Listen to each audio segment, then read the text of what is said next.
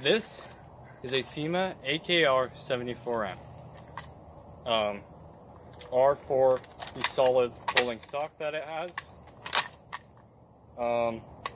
and M for the modernized polymer furniture that it has, and technically an N at the end for the optics mount right here. Which, one thing to note about that is once you have an optic mounted, you can't fold the stock, but that doesn't matter because folding stock is just the same as a solid stock.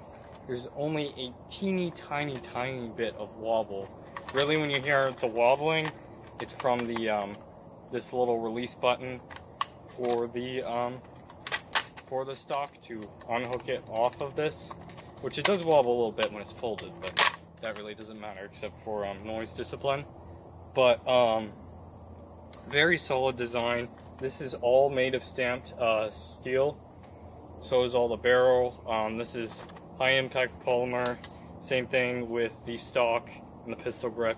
Magazine, of course, is its own thing. It's not too solid, but you can get more solid mags out there. I have some mid-cap magazines for it that are way more solid and heavier, but they don't feed too well through it, so that's not what I have out here today. By the way, this is a CYMA high cap magazine for AK-74s. Anything CYMA works through it. The problem is CYMA mid caps are always out of stock on e-bike, but they work great. They're practical. Usually they're made out of whatever material. The real thing is, the nice thing about AK-74 magazines is that they're all made out of polymer, which also makes them nice and cost effective, enabling you to have a lot of them. This thing shoots about 430 FPS, so in some fields it's borderline to be like qualified as like a DMR or something, where you need to stand further away from somebody or have semi-out on it only. So that is a bit of a disadvantage. However, an advantage is with the 509 approximately millimeter length barrel, inner barrel, you get really long range accuracy for something straight out of the box. Like it has an effective firing range of about 50 meters, 60 yards, meaning you can still hit somebody pretty easily out there. 50 yards, it's really easy. Same thing with 40 meters and so on. It's very accurate for, you know, I guess, you know, an assault rifle, whatever you want to call it, combat rifle. Pretty much a multi-tool. It's very good at suppressive fire, especially since the default 74 magazines are they hold 500 rounds, the high cap ones. So you with just 2 of these, which is what I carry on the field, I have 1,000 rounds on me already, which is more than enough that I need. One of my main complaints about this is that out of the box, the selector lever was kind of loose, but that's not really a problem now. All you need to do is take this little cap off here, and there's a screw there. You tighten it, then you put the cap back on. Now the selector lever is very solid since I just tightened it. After a little bit of shooting, it's not quite as tough as a normal AK, like a real steel AK, but like right after you tighten it, it's about the same. If you shot a real AK, it's about the same same stiffness. If you use it a lot, it will start to loosen. So you want to tighten the selector lever quite a bit, and that's my main complaint about this, is the selector lever. But you can always get a new one. You can also get one of those like special charging handles where you can, you know, charge it from right here. It's got the little thingy on there. But I'm fine with it the way it is. But you gotta watch out for it being loose, especially because you know, it will fall. It could fall down from safe to full auto, and like when I first set it out of the box, it fell from full auto down to semi-auto. So especially recently, it hasn't been too solid, so I might want to get a replacement for that. But other than that, this gun is pretty much perfect. It's perfect for a new player because there's basically nothing you have to do to it besides this. It already shoots perfect out of the box. It's got about 750, around the 700 to 600 rounds per minute rate of fire range.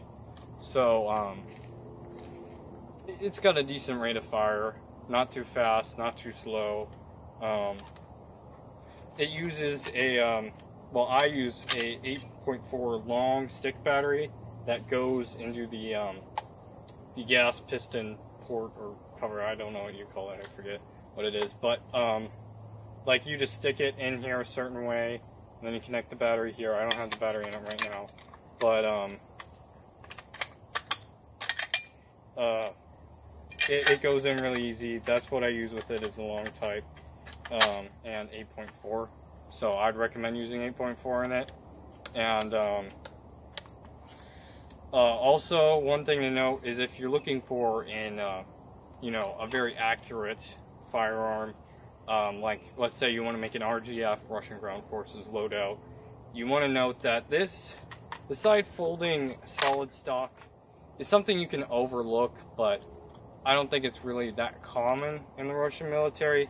And another problem, you can easily fix this by buying a new dust cover, but the dust cover, it has these rivets on it, just like an AKM. It's also stamped seal, just like an AKM. But usually AK-74Ms have a completely, like, they don't have these little rivets on here. It looks more like an actual AK-47 on the dust cover. So this thing is great out on the field. In backyard airsoft, it's the best gun around. A lot of people don't let me use it because it's that good.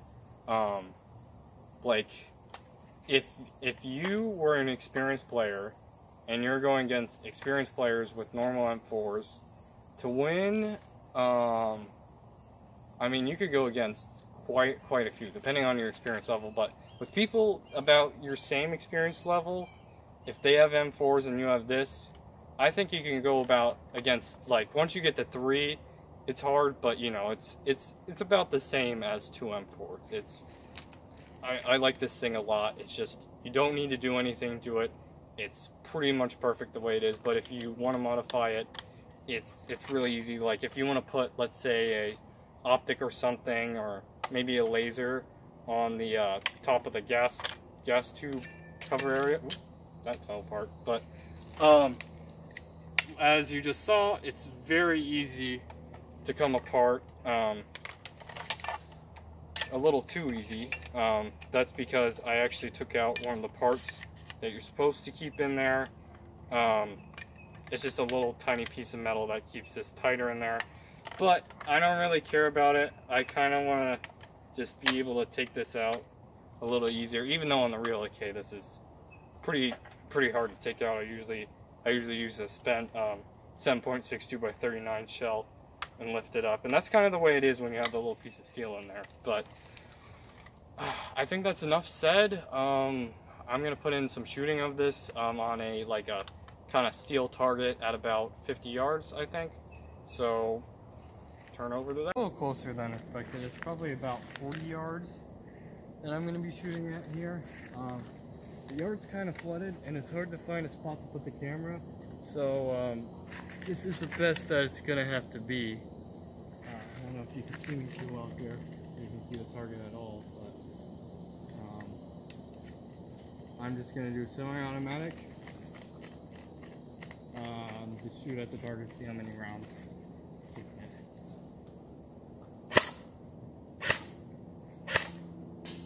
One hit, right there. Hit, hit, hit, hit, hit. Okay, that was a dry fire. I've actually been having some problems with this particular magazine.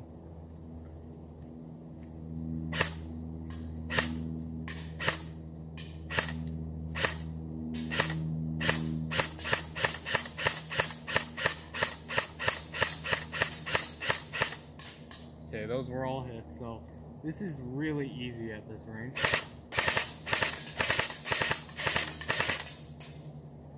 It's just too easy here almost. But you can do this basically out to like 40 meters, 50 yards. This is about 40 yards, I'd say, right here. I'm not quite sure, but it's just too easy from right here.